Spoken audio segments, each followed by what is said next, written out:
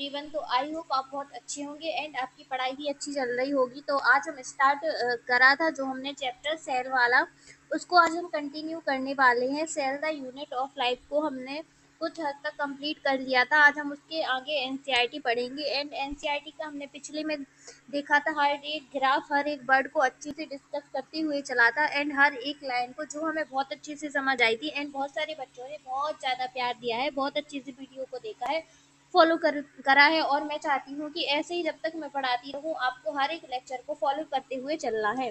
और अगर जिसने भी वो लेक्चर नहीं देखा है तो पहले जाके वो लेक्चर देखे और यहाँ से फॉलो करें। आपको बहुत ही ज़्यादा मज़ा आने वाला है। बहुत बहुत बहुत मज़ेदार वीडियो होने वाली है एंड बहुत मज़ेदार पहले भी थी। और मैंने आपको बताया था कि मैं आपको कुछ ट्रिक्स भी बताऊंगी जिससे आपको चैप्टर को लॉन्ग टाइम याद रखने पर आपको याद रहेगा। ठीक है, आपको क्या रहेगा, लॉन्ग टाइम तक चैप्टर याद रहेगा। हर एक टॉपिक्स की मैंने कहा था कि मैं आपको ट्रिक बताऊंगी। तो आपको ट्रिक कहाँ मिलेंगी, आपको क्या करना है, इसी चैनल के शॉर्ट्स में जाना है और आपको वहाँ देखना है। मैं वहाँ हर डेली आपको हर एक चैप्टर की ट्रिक्स बताती हूँ। तो आपको क्या जाना है, शॉर्ट्स में जाना है एंड वहाँ से आपको ट्रिक्स सीखना है, जिससे आपको चैप्टर को बार बार रिवाइज करने की ज़रूरत नहीं पड़ेगी, जिससे आपको लॉन्ग टाइम तक चैप्टर याद रहेगा। ट्रिक्स की मदद से आपको लॉन्ग मेमोरी बन जाएगी।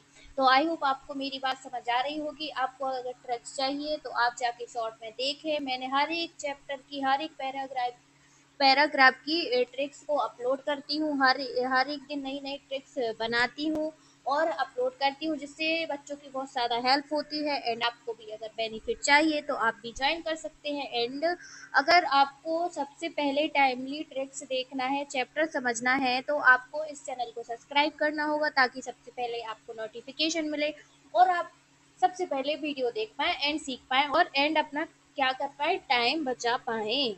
मैं वेरी वेरी थैंक यू कहना चाहती हूँ उन बच्चों को जिनने अच्छे से लेक्चर फॉलो करा है, और जिनने नहीं करा है वो ज़रूर करें, जिसमें आपका ही फ़ायदा होगा। और मैंने बात करी थी कि हम प्रोकैरियोटिक का इंट्रोडक्शन पढ़ लिया था एंड आज हम प्रोकैरियोटिक के बारे में आगे पढ़ेंगे, जिसमें बहुत ही ज़्यादा मज़ेदार होने वाला है, बहुत अच्छे से समझ आने वाला है। तो चलिए स्टार्ट करते हैं एंड आई होप आप बहुत अच्छे से पढ़ेंगे एंड बहुत अच्छे से सुनेंगे। आपको बस क्या करना है, हर एक वर्ड पर फोकस बनाए रखना है ताकि आपको समझ आए। तो आज हम करने वाले हैं set envelope and its modification. ये यूनिट फर्स्ट है जिसे हम कवर कर रहे हैं। इसके बाद हम यूनिट सेकंड करेंगे। इस यूनिट में 3 चैप्टर थे जो हमने इंट्रोडक्शन में डिस्कस कर लिए थे। तो ये सेल का सेकंड पार्ट है। आई होप आपको समझ आ रहा होगा। तो आपको इतना तो पता ही होगा कि सेल सबसे पहले पढ़ना हमें कितना ज़रूरी है, क्योंकि इससे हमारा बेस बनता है, बेस मजबूत होता है, हमें समझ आता है। इसमें थोड़ा थोड़ा करके सारे चैप्टर का दिया है जिसे हम आगे डिटेल्स में पढ़ेंगे, पर अभी हम यहाँ समझते हैं cell envelope and its modification. Cell envelope and its इसकी मॉडिफिकेशन को समझते हैं।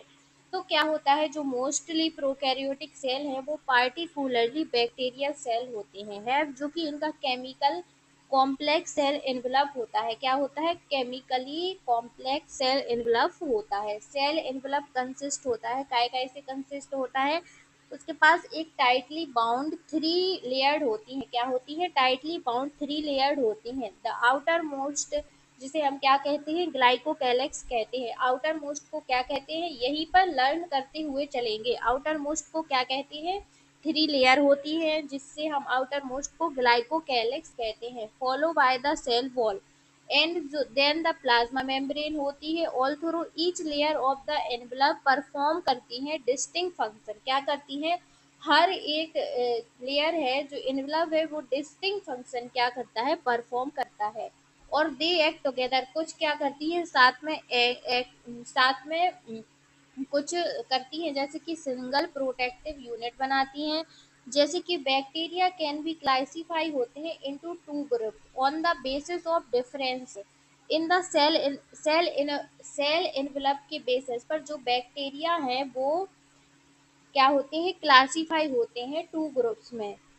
And the manner in which, इसका जो मैनर है, दे रिस्पॉन्स होता है to the staining produce develop. क्या, staining produce develop by a gram wise those that take up take up the grain stain are gram positive and the other that not are called gram negative. अगर उसके पास क्या होगा, अगर वो stand होगा तो उसे हम ग्राम पॉजिटिव कहेंगे, और अगर वो डू नॉट स्टेन होगा तो उसे हम ग्राम नेगेटिव बैक्टीरिया कहेंगे। आई होप आपको समझ आया होगा। उसके बाद जो ग्लाइकोकैलेक्स है, 3 लेयर में एक लेयर पड़ी थी, वो डिफर करती है कंपोजिशन ऑफ द थिकनेस। काय की कंपोजिशन पर? थिकनेस की कंपोजिशन पर डिफर करती है डिफरेंट बैक्टीरिया में। It could be loose sheet भी होती है जिसे हम स्लाइम लेयर कहते हैं। अगर लूज शीट होगी तो उसे हम क्या कहेंगे? स्लाइम लेयर कहेंगे इन सम। जबकि अदर में क्या होता है? थिक मोटी होती है, टफ होती है, जिसे हम क्या कहते हैं? कैप्सूल कहते हैं। क्या होती है? थिक होती है, टफ होती है, जिसे हम क्या कहते हैं? कैप्सूल कहते हैं। दे सेल वॉल डिटरमाइन होती है shape of the cell and provide करती है स्ट्रॉन्ग स्ट्रक्चरल सपोर्ट को। क्या प्रोवाइड करती है? स्ट्रॉन्ग स्ट्रक्चरल सपोर्ट को। ये प्रिवेंट करती है बैक्टीरिया को फॉर बस्टिंग और कोलैप्सिंग, फटने के लिए और कोलैप्सिंग के लिए क्या करती है? प्रिवेंट करती है। आई होप आपको इतना समझ आ रहा होगा, और इस लेक्चर को एंड तक जरूर फॉलो करें, तभी आपको समझ आएगा। जो प्लाज्मा मेम्ब्रेन है वो क्या होती है? सिलेक्टिवली परमिएबल होती है इन नेचर एंड इंटरेक्ट होती है विद आउटसाइड वर्ल्ड। जैसे कि कोई लेयर है, उसका जो आउटसाइड वर्ल्ड है वहां से क्या होती है? इंटरेक्ट होती है इन प्लाज्मा मेम्ब्रेन याद रखेंगे सिलेक्टिवली परमिएबल होती है। ये मेम्ब्रेन क्या होती है? सिमिलरली स्ट्रक्चरली होती है टू दैट द यूकैरियोटिक। मतलब जो प्लाज्मा मेम्ब्रेन है वो सिमिलरली होती है स्ट्रक्चरली यूकैरियोट। तो हम ये पॉइंट याद रखेंगे कि जो प्लाज्मा मेम्ब्रेन है वो सिमिलरली होती है स्ट्रक्चरल इन काय में? यूकैरियोटिक में। आई होप आपको इतना समझ आया होगा। स्पेशियल मेम्ब्रेनस स्ट्रक्चर होता है जिसे हम मीजोजोम कहते हैं। प्रोकैरियोटिक में एक स्पेशल मेम्ब्रेनस स्ट्रक्चर होता है जिसे हम मीजोजोम कहते हैं। ये परफॉर्म करता है एक्सटेंशन ऑफ प्लाज्मा मेम्ब्रेन। जो प्लाज्मा मेम्ब्रेन की एक्सटेंशन होती है उससे ये क्या होता है? बनता है।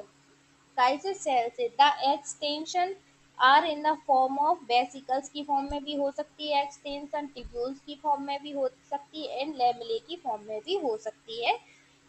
काय में? प्रोकैरियोटिक में। They help in cell wall.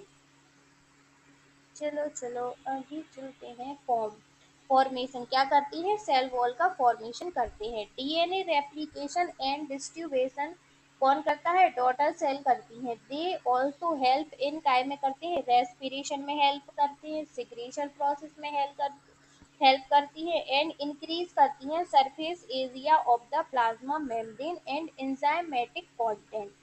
कुछ प्रोकैरियोटिक जैसे कि साइनोबैक्टीरिया और अदर मेम्ब्रेन एक्सटेंशन होते हैं इनटू द साइटोप्लाज्म, जिसे हम क्रोमेटोफोर कहते हैं। विट क्रोमेटोफोर क्या कंटेन करता है? पिगमेंट कंटेन करता है। बैक्टीरिया क्या होता है? सेल में भी मोटाइल भी होते हैं एंड नॉन मोटाइल भी होते हैं। इफ मोटाइल दे हैव उनके पास पतली फिलामेंटस एक्सटेंशन होती है from their cell wall called, जिसे हम फ्लैजला कहते हैं। बैक्टीरिया शो करते हैं range in the number and arrange होते हैं फ्लैजला में। बैक्टीरिया फ्लैजलम इज कंपोज होते हैं 3 पार्ट में। कितने पार्ट में? 3 पार्ट में कंपोज होते हैं। सबसे पहले फिलामेंट हुक एंड फिर basal body. The filament hook longest portion होता है एंड एक्सटेंड होता है from the cell surface to outside. कहाँ तक एक्सटेंड होता है? सेल सरफेस से उसकी आउटसाइड तक। बी साइड जो फ्लैजला होता है उसके पास पाइले एंड फिम्टिए भी होते हैं, जिसे surface structure of the bacteria but not play a role in motility. इनका कोई रोल नहीं होता है मोटिलिटी में पाइले एंड फिम्ब्रिए का। पाइले एलोंगेटेड ट्यूबुलर स्ट्रक्चर होते हैं जो कि स्पेशल प्रोटीन से बने होते हैं। फिम्ब्रिए स्मॉल होते हैं, ब्रेस्टली होते हैं, like fibres sprouting out the cell. सब बैक्टीरिया में क्या होता है? हेल्प करते हैं अटैच बैक्टीरिया रॉक्स से, attach rocks stream and also what host tissue से अटैच करने के लिए। अब हम बात करते हैं प्रोकैरियोटिक में राइबोसोम एंड एक इंक्लूजन बॉडी के बारे में। राइबोसोम एंड इंक्लूजन बॉडी के बारे में। तो राइबोसोम प्रोकैरियोटिक में क्या होता है, राइबोसोम साथ होते हैं प्लाज्मा मेम्ब्रेन के of the cell, they are about 50 nanometre by 20 nanometre, इसे याद रखेंगे, 50 नैनोमीटर बाय 20 नैनोमीटर साइज होती है and made up to subunit से बने होते हैं 50s एंड 30s। ये सब यूनिट है, इसे हम जोड़ते नहीं है, इसे हम ऐसे ही रीड करते हैं 50s and 30s unit which when present होते हैं साथ में क्या कहते हैं, हम इसे 70s कहते हैं। 50s 30s से क्या होता है, 70s होता है। Prokaryotic ribosome, ribosome the site of protein synthesis होते हैं, राइबोसोम क्या होते हैं, साइट ऑफ प्रोटीन सिंथेसिस होते हैं, क्या होते हैं, साइट ऑफ प्रोटीन सिंथेसिस होते हैं। सेवरल राइबोसोम में भी अटैच होते हैं to a single mRNA, several ribosome क्या होते हैं, अटैच होते हैं सिंगल एमआरएनए एंड फॉर्म करते हैं चेन कॉल्ड पॉलीराइबोसोम एंड पॉलीजोम, एक चैन फॉर्म करते हैं जिसे हम पॉलीराइबोसोम कहते हैं एंड पॉलीजोम कहते हैं। The ribosome of a polysome translate the mRNA into protein, ribosome क्या करते हैं, पॉलीजोम को ट्रांसलेट कर देते हैं एमआरएनए से काहे में, प्रोटीन में।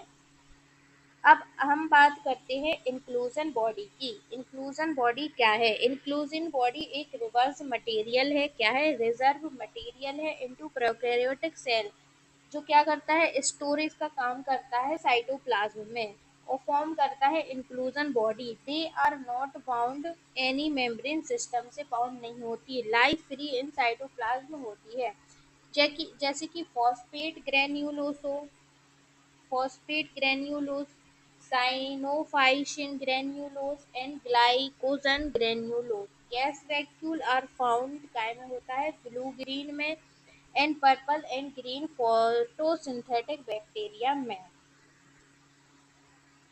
तो आई होप आपको इतना अच्छे से समझ आ गया होगा। अगर मैं आपसे कहती हूँ कि अगर आपको कोई भी लाइन समझ में नहीं आई तो आप मुझे वो कमेंट करके बता दीजिएगा, मैं उस लाइन को उठा के दूसरे लेक्चर में ज़रूर आपको समझाने की कोशिश करूँगी और आई होप आप समझने की कोशिश करेंगे। तो इसी तरह से लाइन बाय लाइन पढ़ने के लिए एनसीईआरटी इस चैनल को ज़रूर सपोर्ट करें, क्योंकि आपकी सपोर्ट से ही मैं और ज़्यादा अच्छे से वीडियो बना पाऊँगी। तो आई होप आप समझ रहे होंगे। तो चलो आज हम आ चुके हैं यूकैरियोटिक सेल पर, हमने प्रोकैरियोटिक सारा खत्म कर लिया है, तो अब हम करने वाले हैं प्रोकैरियोटिक। हो चुका है, यूकैरियोटिक पर आ चुके हैं। तो चलो स्टार्ट करते हैं हम यूकैरियोटिक। तो यूकैरियोटिक में क्या है, include all the protist, plant, animal, fungi. In eukaryotic cell, there is a extension of compartmentalization of cytoplasm. Compartmentalization of cytoplasm. Through the presence of membrane-bound organ, the eukaryotic cell possesses an organized nucleus with a nuclear envelope. In addition, eukaryotic cells have a variety of complex locomotory and cytoskeleton होते हैं structure में। इनका जो genetic material होता है वो organise होता है इनटू काय से, क्रोमोजोम से, काय से ऑर्गेनाइज होता है, क्रोमोजोम से। All eukaryotic cell are not identical नहीं होते, plant and animal cell are different होते हैं। As the former possess cell wall, plastid and large central vacuole which are absent होता है एनिमल में। एनिमल में क्या एब्सेंट होता है, large central vacuole. On the other hand animal cell have centriole होते हैं विच आर एब्सेंट होते हैं ऑलमोस्ट प्लांट सेल में। प्लांट सेल में क्या एब्सेंट होते हैं, सेंट्रियोल। तो आई होप आपको समझ आ रहा होगा, इसे हम देख सकते हैं। दो स्ट्रक्चर है, सबसे पहला स्ट्रक्चर प्लांट सेल का है और दूसरा स्ट्रक्चर है एनिमल सेल का। Let us now look individual cell organelle to understand their structure and function. अब हम बात करने वाले हैं सबसे पहले यूकैरियोटिक सेल में डिटेल्स में सेल मेम्ब्रेन क्या होती है। तो detailed structure of the membrane was studied only after the advent of the electron microscope in 1950 में। मीनवाइल जो केमिकल स्टडी है सेल मेम्ब्रेन की वो स्पेशली ह्यूमन सेल पर की गई थी, enabled the scientists to deduce the possible structure of plasma membrane. These show that the cell membrane is mainly काय से कंपोज होती है cell membrane lipid and protein से। The major lipid are phospholipid होता है दैट आर अरेंज होता है in a bilayer. कैसे अरेंज होता है बाइलेयर में। मेजर जो लिपिड है वो क्या होता है फॉस्फोलिपिड होता है और दे आर अरेंज होता है इन अ बाइलेयर में। Also the lipid are arrange होता है विद इन द मेम्ब्रेन। जो लिपिड है ऑल्सो अरेंज होता है membrane with the polar head toward the outer side and hydrophobic tail होती है टूवर्ड द इनर पार्ट। इसे हम इंश्योर कर सकते हैं कि जो नॉन पोलर टेल है वो सैचुरेटेड होती है हाइड्रोकार्बन की जो प्रोटेक्ट करती है फ्रॉम द एक्वस इन्वायरमेंट से। यानी कि जो वाटर का इन्वायरमेंट होता है उससे क्या करती है प्रोटेक्ट करती है। इन एडिशन टू फॉस्फोलिपिड होती है जो मेम्ब्रेन ऑल्सो कंटेन करती है कोलेस्ट्रॉल। क्या कंटेन करती है कोलेस्ट्रॉल। लेटर जो बायोकेमिकल इन्वेस्टिगेशन हुई थी उसमें क्लियरली रिवील किया गया था that the cell membrane also possess करती है protein and carbohydrate. The ratio of protein and lipid vary करते हैं considerably in different cell type. Human being the membrane of the erythrocyte has approximately 52% protein होता है and 40% क्या होता है lipid होता है depending on the case of extraction. Depending on the ease of extraction membrane protein can भी क्या होते हैं क्लासीफाई होते हैं and integral and peripheral.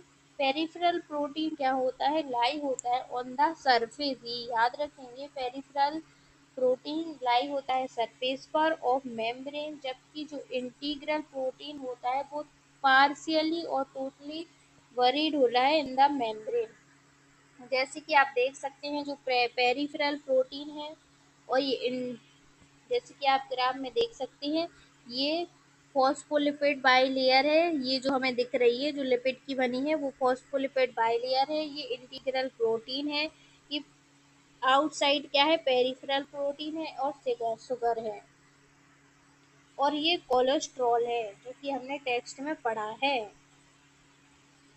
And जो इम्प्रूवमेंट है model of the structure of cell membrane बाद प्रपोज किया था सेंगर एंड निकोलसन ने 1972 में वाइडली एक्सेप्टेड था। इसे फ्लूइड मोज़ेक मॉडल नाम दिया था। According to this quasi fluid mosaic nature of lipid enable होता है लेटरल मूवमेंट होता है और प्रोटीन का within the overall bilayer. This ability to move within the membrane is measured as a fluidity. क्या मेजर होती है इससे फ्लूइडिटी। जो फ्लूइड नेचर है ऑफ द मेम्ब्रेन का ऑल्सो इम्पोर्टेंट होता है from the point of view जैसे कि फंक्शन जैसे कि सेल का ग्रोथ होना फॉर्मेशन होना इंट्रासेलुलर जंक्शन के लिए सिक्रीशन के लिए एंडोसाइटोसिस के लिए एंड सेल डिवीजन के लिए भी क्या होता है बहुत ज़्यादा इम्पोर्टेंट होता है। One of the most important function है जो प्लाज्मा मेम्ब्रेन का is the transport of the molecule across it. The membrane is selectively permeable होगी मतलब सेलेक्ट कर करके अंदर और बाहर भेजेगी to some molecule present on the either side of it. जो मैनी मॉलिक्यूल है कैन मूव करते हैं briefly across the membrane without any requirement. जो मैनी मॉलिक्यूल है वो क्या करते हैं मूव करते हैं briefly across the membrane without any requirement of energy. इसका मतलब है कि जो मैनी मॉलिक्यूल है वो मूव करते हैं बिना एनर्जी के बिना एनर्जी रिक्वायरमेंट के जिसे हम पैसिव ट्रांसपोर्ट कहते हैं। जो मॉलिक्यूल विदाउट एनर्जी के अक्रॉस करते हैं प्लाज्मा मेम्ब्रेन से उसे हम पैसिव ट्रांसपोर्ट कहते हैं। उसके बाद जो न्यूट्रल सॉल्यूट है may move across the membrane by the process of simple diffusion along the concentration gradient के from high concentration to the low concentration water में also move करता है। वाटर क्या करता है also move करता है across the membrane from higher to lower concentration। Movement of water उसे हम क्या कहते हैं ऑस्मोसिस कहते हैं। as the polar molecule cannot pass through the non-polar lipid bilayer. They require a carry protein of the membrane of facilitate their transport होते हैं across the membrane. जो कुछ ions हैं molecule हैं transport होते हैं across the membrane against their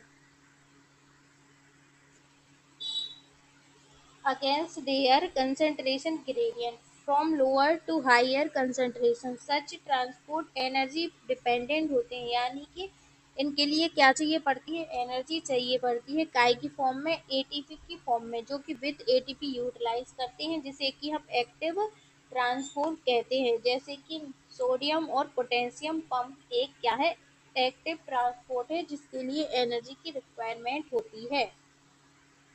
तो I hope आपको इतना बड़ा पैराग्राफ अच्छे से समझ आ गया होगा। आई होप हर एक वर्ड हर एक चीज़ समझ आ गई होगी। मेरी आपसे एक गुजारिश है कि आप प्लीज़ कमेंट करके ज़रूर बताएं, अगर आपको किसी लाइन में डाउट है तो ज़रूर बताएं, और ये भी बताएं कि आपने पहला वाला लेक्चर कंप्लीट कर लिया है। अब हम करते हैं बात सेल बॉल पर। तो सेल बॉल क्या है? एज यू में रिकॉल कर सकते हैं, जो नॉन लिविंग रिजिड स्ट्रक्चर होता है उसे हम सेल वॉल कहते हैं। जो नॉन लिविंग कठोर रिजिड स्ट्रक्चर होता है उसे हम सेल वॉल कहते हैं, जो फॉर्म है any outer covering for the plasma membrane of fungi and plant. Outer covering होती है for the plasma membrane of fungi and plant. Cell wall not only give safe, cell wall safe ही नहीं देती, to cell protect भी करती है cell को from mechanical damage and infection से। इट ऑल्सो हेल्प करती है सेल टू सेल इंटरेक्शन, और काय में हेल्प करती है सेल को सेल से इंटरेक्शन करने में, एंड प्रोवाइड करती है बैरियर टू अनडिजायरेबल मैक्रोमोलिक्यूल। जो कि algae have cell wall made होती है सेलुलोज से, गैलेक्टेन से, मैनन से, and minerals like calcium carbonate. जबकि अदर प्लांट कंसिस्ट करते हैं सेलुलोज, हेमीसेलुलोज, पैक्टिन, प्रोटीन। और जो primary cell wall of young plant, जिसे हम प्राइमरी वॉल कहते हैं, इसमें कैपेबिलिटी होती है ग्रोथ की, ग्रेजुअली डिमिनिश्ड की, एंड सेल मैच्योर होते हैं। And secondary wall is formed क्या करता है, इनर यानी कि ट्यूबर्स मेम्ब्रेन बनाती है side of the cell. The middle lamella in a layer mainly of calcium pectide which hold or glue the different neighboring cell together। इसका मतलब है कि जो मिडल लैमेले होते हैं लेयर में, जो मेनली कैल्शियम पैक्टेट के बने होते हैं, जो होल्ड करते हैं ग्लू की तरह डिफरेंट नेबरिंग सेल टुगेदर, जो कि अगल बगल की सेल है उनको एक साथ जोड़ने में। सेल वॉल जो मिडल लैमेले होते हैं वो ट्रांसवर्ड होते हैं प्लाज्मोडेस्माटा विच कनेक्ट होते हैं the cytoplasm and neighbouring cell से, जिसे हम क्या कहते हैं, प्लाज्मोडेस्माटा। आप मोस्टली इस वर्ड पर फोकस जरूर करें, प्लाज्मोडेस्माटा। और जब आप घर जाके खुद से एक बार एनसीईआरटी जरूर पढ़िएगा, जिससे आपको समझ आएगा कि ये सब तो मैंने पढ़ रखा है और मुझे समझ भी आ गया है, आपको ज़्यादा एनसीईआरटी पढ़ने की जरूरत नहीं पड़ेगी। ओके, अब हम आ चुके हैं एंडो मेम्ब्रेन सिस्टम पर। काय पर, एंडो मेम्ब्रेन सिस्टम पर। तो which each of membrane organelle is distinct in the term of its structure and function में ऑफ दीज आर कंसिडर एक साथ एंड एंडोमेम्ब्रेन सिस्टम बनाते हैं। जब बिकॉज दे आर, क्योंकि फंक्शन आर कोऑर्डिनेट होते हैं। द एंडोमेम्ब्रेन सिस्टम इंक्लूड करता है, क्या क्या होता है एंडोमेम्ब्रेन सिस्टम में, endoplasmic reticulum, Golgi complex, ribosome, vacuole sense function of the mitochondria, chloroplast, peroxisome are not coordinate with the above component. These are not considered part of the endomembrane system। तो आपको यहाँ से question बन सकता है, तो आप याद रखेंगे कि कौन कौन एंडोमेम्ब्रेन सिस्टम के पार्ट है और कौन नहीं है। तो सबसे पहले एंडोप्लाज्मिक रेटिकुलम की बात करते हैं, जो कि इलेक्ट्रॉन माइक्रोस्कोप से स्टडी किया गया था यूकैरियोटिक सेल में। रिवील द इसमें प्रेजेंस होते हैं नेटवर्क और reticulum of tiny tubular structure, जो कि स्क्रेटेड होते हैं in the cytoplasm, that is called endoplasmic reticulum. जबकि हैंस यहाँ से एसर्सर रीजन बन सकता है क्योंकि यहाँ हैंस है, जबकि एंडोप्लाज्मिक रेटिकुलम डिवाइड होता है in the intercellular space into two distinct compartment, luminal inside ER and extra luminal cytoplasm compartment. The ER often show ribosome attached to their outer surface, पर राइबोसोम अटैच होते हैं, उसे हम endoplasmic reticulum bear ribosome on their surface, जिसे हम rough endoplasmic reticulum कहते हैं। In the absence of ribosome they appear smooth दिखाई देता है, जिसे हम क्या कहते हैं, स्मूथ एंडोप्लाज्मिक रेटिकुलम कहते हैं। तो हम याद रखेंगे, जिस ईआर के पास राइबोसोम होंगे उसे हम रफ एंडोप्लाज्मिक रेटिकुलम कहेंगे, और जिसके पास एब्सेंस हो गया राइबोसोम उसे हम स्मूथ एंडोप्लाज्मिक रेटिकुलम कहते हैं। अब हम बात करते हैं कि रफ एंडोप्लाज्मिक फ्रीक्वेंटली ऑब्जर्व करेंगे, सेल एक्टिवली होते हैं, इन्वॉल्व करते हैं, प्रोटीन सिंथेसिस के काम आते हैं, सिक्रेशन के काम आते हैं, और extensive and continuous with the outer membrane of the nucleus. और smooth endoplasmic reticulum majorly site होते हैं सिंथेसिस लिपिड बनाने के लिए, एनिमल सेल में lipid like steroidal hormone synthesis के लिए। स्मूथ एंडोप्लाज्मिक रेटिकुलम, इसे अच्छे से याद रखेंगे। अब हम आ गए हैं गोल्जी एपरेटस पर, जो कि कैमिलो गोल्जी नाम के साइंटिस्ट थे 1892 में फर्स्टली ऑब्जर्व किया था एक डेंसली स्टेन्स रेटिकुलर स्ट्रक्चर को, जो नियर द न्यूक्लियस था। दे वियर लेटर नेम, जिसे उनने क्या दिया था, Golgi body, after him. They consist of many flat disc shape और cisternae of the 0.5 micrometer to 1.0 micro diameter, ये फिगर में बताया गया है गोल्जी। दे आर स्टैक होते हैं parallelly to each other, very number of cristae are present होती हैं Golgi complex. The Golgi cristae are concentrically arrange होते हैं near the nucleus with distinct concave cis और the forming concave cis of the forming phase and concave trans or the maturing phase। The cis and trans phase of the organelle क्या होते हैं, entirely different होते हैं but interconnected होते हैं।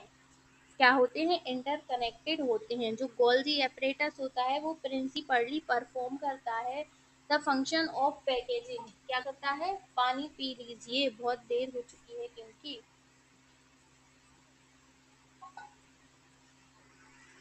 क्या perform करते हैं, इंटायर डिफरेंट बट इंटरकनेक्टेड। जो गोल्जी एपरेटस होते हैं वो प्रिंसिपली परफॉर्म करते हैं function of packaging material to be delivered either of the intracellular target, और सिक्रीट करते हैं, क्या करते हैं, outside the cell material to the package to the form of vesicles from the ER, fuse होते हैं विद द सेस फेस के साथ, जो कि गोल्जी एपरेटस, एंड मूव करने लगते हैं toward the maturing phase. The explain why the Golgi apparatus remains in close association होते हैं with the endoplasmic reticulum. A membrane of protein synthesis by ribosome on the endoplasmic reticulum are modified होते हैं in the crestae of the Golgi apparatus before they are released from its transphase। Golgi apparatus is the important site होती है of the formation of glycoprotein and glycolipid। I hope आपको Golgi apparatus के बारे में सब कुछ समझ आ गया होगा। तो हम क्या करते हैं, हम आगे का डिस्कस करेंगे, हम एक और लेक्चर लगाएंगे इसके लिए, क्योंकि ये बहुत बड़ा चैप्टर है और हमें अच्छे से समझ आना चाहिए। तो हम लाइसोसोम के बारे में और और मैंने लाइसोसोम के बारे में एक ट्रिक्स बताई है जो कि आपको शॉर्ट में मिल जाएगी। आपको लाइसोसोम याद रखने के लिए बिल्कुल भी प्रॉब्लम नहीं होगी। आपको जाना है और उस ट्रिक को ज़रूर देखेंगे I hope. There are membrane bound vesicles structure होता है जो कि प्रोसेस पैकेजिंग के लिए काम आता है गोल्जी एप्टेटस में। आइसोलेटेड लाइसोसोमल वेसिकल्स होते हैं have been found to be very rich almost all types of hydrolytic enzyme के लिए। Hydrolyse lipase proteases carbohydrates optimally active होते हैं एंड एट एसिडिक पीएच होता है। These enzymes are capable of digesting carbohydrate, protein, lipid and nucleic acid। अब हम बात करते हैं वैक्यूल्स के बारे में। The vacuole is a membrane bound space found in the cytoplasm. It contain water sap excretory product and other material not useful for the cell के लिए। द वैक्यूल्स इज बाउंड होते हैं बाय अ सिंगल मेम्ब्रेन जिसे हम tonoplast कहते हैं। क्या कहते हैं? टोनोप्लास्ट कहते हैं। इन प्लांट सेल में वैक्यूल्स कैन ऑक्यूपाई होते हैं अब 90% of the volume of the cell. जो प्लांट टोनोप्लास्ट होते हैं जो सुविधा कर देते हैं हमें transport of the number of ions के लिए एंड अदर मटेरियल के लिए। Against concentration gradient into the vacuoles, hence their concentration is significantly higher in the vacuoles than in the cytoplasm। In amoeba में क्या होता है? कॉन्ट्रैक्टाइल वैक्यूल्स होता है जो कि इम्पोर्टेंट होता है फॉर ऑस्मो रेगुलेशन के लिए। And secretion if many cell is processed food vacuoles are formed by the engulfing the food particles। तो आई होप आपको इतना समझ आ गया होगा।